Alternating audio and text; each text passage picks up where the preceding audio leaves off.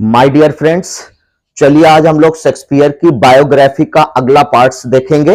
अगले पार्ट से पहले मैं आपको बता दूं, शेक्सपियर यानी विलियम शेक्सपियर की डेट ऑफ बर्थ पर हम लोग डिस्कशन कर चुके हैं कि 1564 में इनका जन्म हुआ था, इनकी डेट ऑफ बर्थ है।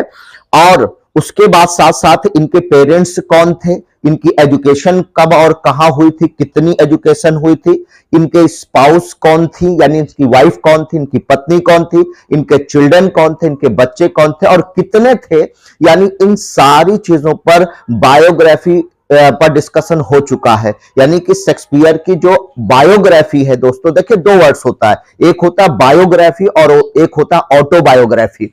अगर बात करें ऑटोबायोग्राफी का, तो ऑटो का मतलब होता है सेल्फ की, खुद की, यानी जब कोई व्यक्ति खुद की बायोग्राफी लिखता है, खुद की बात करता है, यानी कि उसके द्वारा अपनी पूरी लाइफ का वर्णन किया जाता है, तब उसे ऑटोबायोग्राफी कहते हैं। ये एग्जाम में पूछा जाने वाला वन वर्ड होता है जो कभी कभी पूछ लिया जाता है।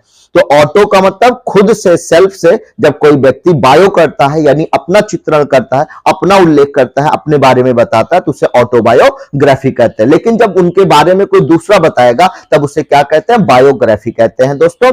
तो इतने पॉइंट्स हम लोग विलियम शेक्सपियर पर डिस्कस कर चुके हैं। चलिए अब उसके बाद जब व्यक्ति सारी चीजें अचीव कर लेता है तो लास्ट में उसकी डेथ होती है। तो उसकी डेथ कब हुई और किस टाइम में हुई, और साथ साथ उस व्यक्ति की डेथ को लेकर के किसी क्रिटिक का क्या इंपॉर्टेंट कमेंट है, उसको भी हम लोग देखेंगे।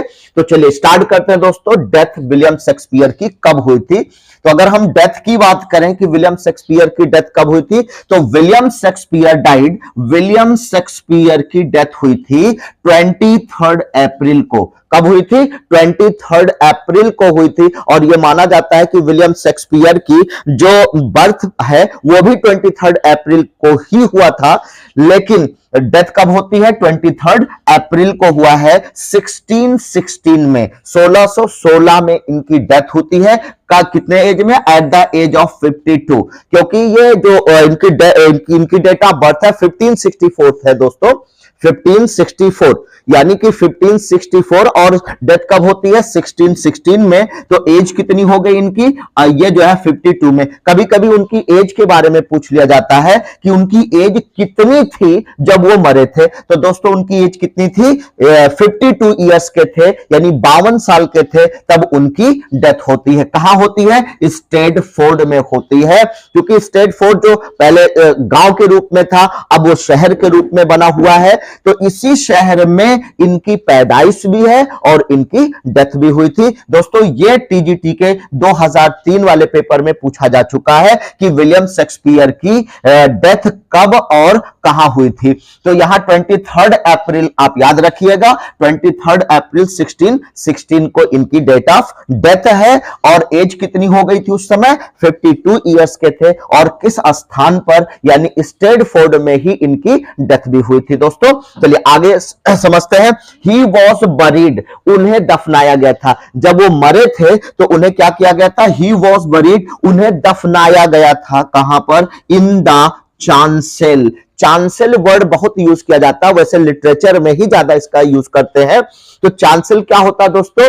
जैसे चर्च है तो उसका एक पर्टिकुलर एरिया होता है जो विशेष कार्यों के संदर्भ में यूज किया जाता है, तो उसे क्या बोलते हैं? चांसेल कहते हैं। तो शेक्सपियर को होली ट्रिनिटी चर्च में इनका नामांकन भी करवाया गया था। जब इनकी पैदाइश हुई थी तो इनको वहीं पर ले जाकर के इनका नामकरण करवाया गया था। और उसी चर्च में, उसी शहर के, उसी गांव के चर्च में इनको एक चांसल था। चांसल यानी कि बताया गया, चांसल क्या होता है? एक पर्टिकुलर एरिया होता है जो विशेष कार्यों के लिए इस्तेमाल किया जाता है, वहां सब लोग नहीं आते जाते हैं। तो उसी चांसल में, उसी चर्च में इनको क्या किया गया था? और ये चांसल किसका था? Chancel of the Holy Trinity church, यानी जहां पर इनका नामकरण करवाया गया था 3 दिन के बाद। माना जाता है 23 अप्रैल 1564 को ये पैदा हुए थे और 3 दिन यानी कि 26 अप्रैल को इनका जो है वहां पर ले जाकर के रजिस्टर्ड करवाया गया था। जैसे अपने यहां है तो यहां पर नामांकन लोग नहीं करवाते, लेकिन वहां पर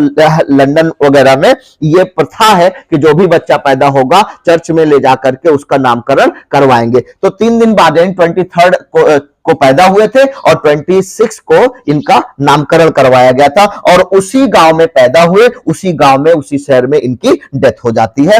तो कहां दफनाया गया था दोस्तों? Chancel of the Holy Trinity church में 2 days आफ्टर, 2 दिन के बाद, यानी मरने के 2 दिन के बाद जो है इनकी जब डेथ हुई थी, हिज डेथ, उनके मरने के 2 दिन के बाद इनको चैंसल में, चैंसल बताया गया कि वो एरिया, वो पर्टिकुलर स्थान जहां सबको जाने की परमिशन नहीं होती है, तो होली ट्रिनिटी चर्च के चैंसल में इनको दफनाया गया था। आगे द एपिटफ, दोस्तों ये वाला वर्ड भी बार बार पूछा जाता है तो इसको भी याद रखिएगा। एपिटफ क्या होता है? जिसे हिंदी में कब्र लेख या शिलालेख कह सकते हैं, कि जब कोई व्यक्ति मर जाता है तो आप सब देखते होते हैं, अगर कब्र बनिए तो उसके ऊपर एक पट्टी लगा दी जाती है और उस पोएट के बारे में, उस राइटर के बारे में, प्ले राइट के बारे में या उस पर्टिकुलर शख्स के बारे में कुछ चीजें लिखी जाती हैं, तो जो उसके ही लिए होती हैं। तो वहां पर जब उनको दफना दिया गया होली ट्रिनिटी चर्च के चैंसल में, तो वहां उनके ऊपर उनके घर वालों ने एक शिलालेख लिखवा करके रखा था। एपिटफ उसे कहते हैं, समाधि लेख कहते हैं। ऑन हिज ग्रेव, उनके ग्रेव पर क्या था? देखिए, स्टोन रीड्स, स्टोन रीड्स यानी कि समाधि पर जो कब्र लेख था, समाधि लेख था, हिज ग्रेव, उनकी कब्र पर स्टोन, वहां पर जो लगा हुआ पत्थर है वो कहते हैं, रीड्स का मतलब यहां पढ़ना नहीं, वो कहते हैं, क्या कहते हैं? यानी कि जो पत्थर लगा है वो कहते हैं, वो बताते हैं, क्या बताते हैं? कि गुड फ्रेंड्स, दोस्तों ये पूरा कोटेशन है, कभी कभी यहां से लेकर के यहां तक पूछा जाता है ये किसके बारे में लिखा गया है, तो दोस्तों इसको याद रखिएगा, इसकी मीनिंग भी समझिएगा कि इसका क्या मतलब है, ताकि याद आ जाए आपको।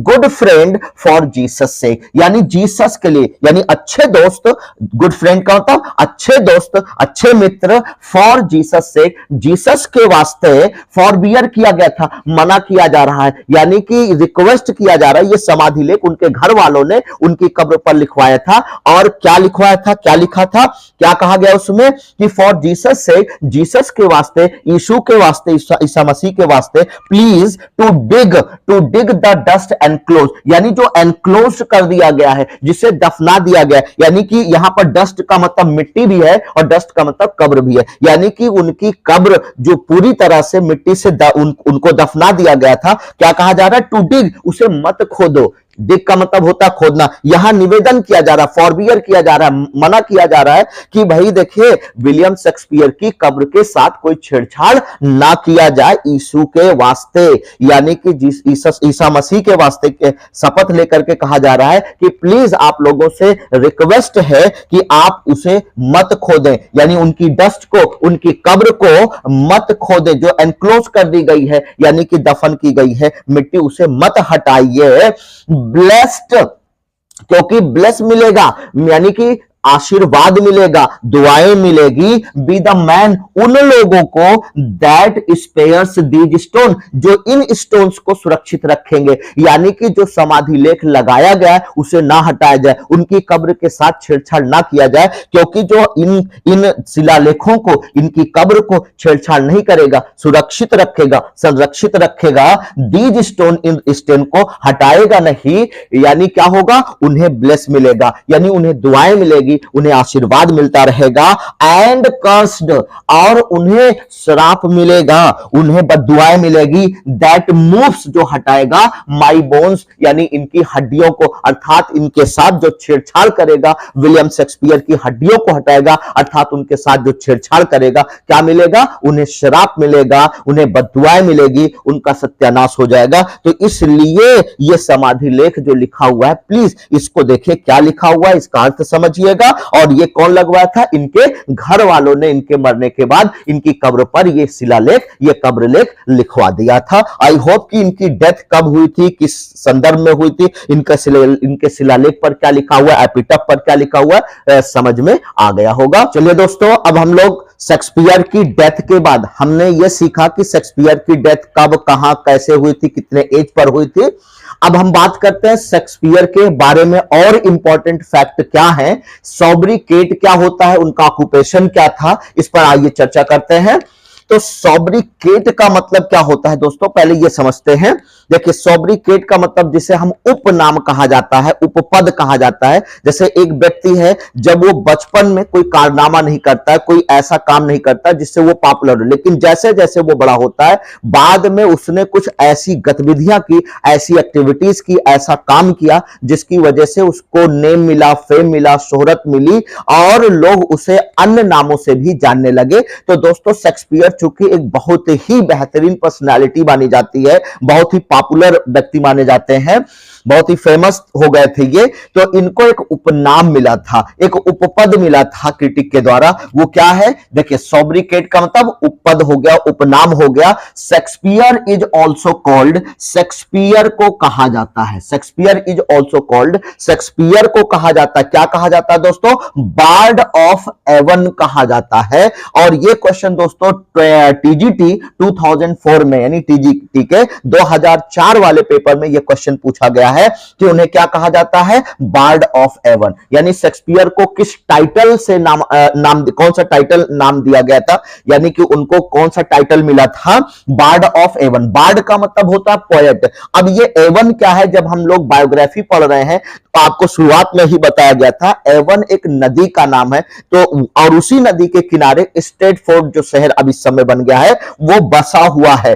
तो ये स्ट्रेटफोर्ड जो गांव है, शहर है, अब कहां बसा हुआ है, कहां है ये, एवन नदी के किनारे। तो एवन नदी का इन्हें पोएट कहा जाता है, उसी नदी के नाम पर इनका नाम क्या रखा गया है, बार्ड ऑफ एवन। एवन का बार्ड कहा जाता है, एवन का पोएट कहा जाता है। दोस्तों ये क्वेश्चन कब पूछा गया था, टीजीटी के 2004 में ये क्वेश्चन पूछा जा चुका है। याद रखिएगा कि जो प्रीवियस ईयर के क्वेश्चन पेपर, आप उसको दोस्तों जरूर पढ़ते रहिएगा, प्रीवियस ईयर के क्वेश्चंस जरूर देखते रहिएगा, PYQs को आप देखते रहिएगा। बार बार रिक्वेस्ट कर रहा हूं क्योंकि बहुत सारे क्वेश्चन होते हैं जो रिपीटेड क्वेश्चन होते हैं, उसी क्वेश्चन को थोड़ा से घुमाकर कभी पूछ लिया जाता है। तो एनालिसिस करके पढ़ते रहिए, रटिए मत, चीजों को समझते रहिए ताकि आपका सिलेक्शन श्योर हो सके, कंफर्म हो सके दोस्तों, ठीक है।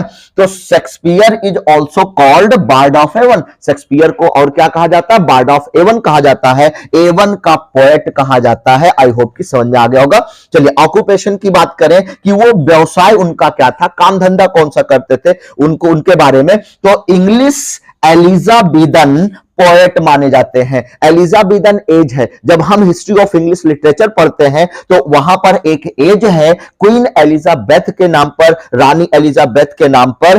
तो ये बहुत ही फेमस पोएट और ड्रामेटिस्ट माने जाते हैं उस समय के। तो ये कौन थे, इंग्लिश एलिजाबेथन पोएट इन्हें कहा जाता है। और एक्टर भी, क्योंकि इन्होंने एक्टिंग का काम किया था ग्लोब थिएटर में, ठीक है, ग्लोब थिएटर में, तो इसलिए इनको एक्टर भी कहा जाता है। यानी ये कविताएं लिखते थे, ड्रामा लिखते थे और साथ साथ एक्टिंग का काम भी किया करते थे, इसलिए ये इनका व्यवसाय क्या था, एक्टर का भी काम था, यानी ये एक्टिंग भी किया करते थे। तो ये क्या थे, एलिजाबेथन पोएट भी थे, कवि थे और साथ साथ ये जो है एक्टर भी थे। एंड रेनेसां, चूंकि एक पीरियड माना जाता है, बहुत ही महत्वपूर्ण पीरियड होता है दोस्तों रेनेसां। अगर पूछा जाए रेनेसां के पोएट या ड्रामेटिस्ट कौन है, तो शेक्सपियर को इसी कैटेगरी में रखा जाएगा, रेनेसां के टाइम का। ये क्या माने जाते हैं, प्लेराइट माने जाते हैं, ड्रामेटिस्ट माने जाते हैं। दोस्तों ये वाला क्वेश्चन भी पूछा जा चुका है टीजीटी के 2009 वाले पोर्शन में,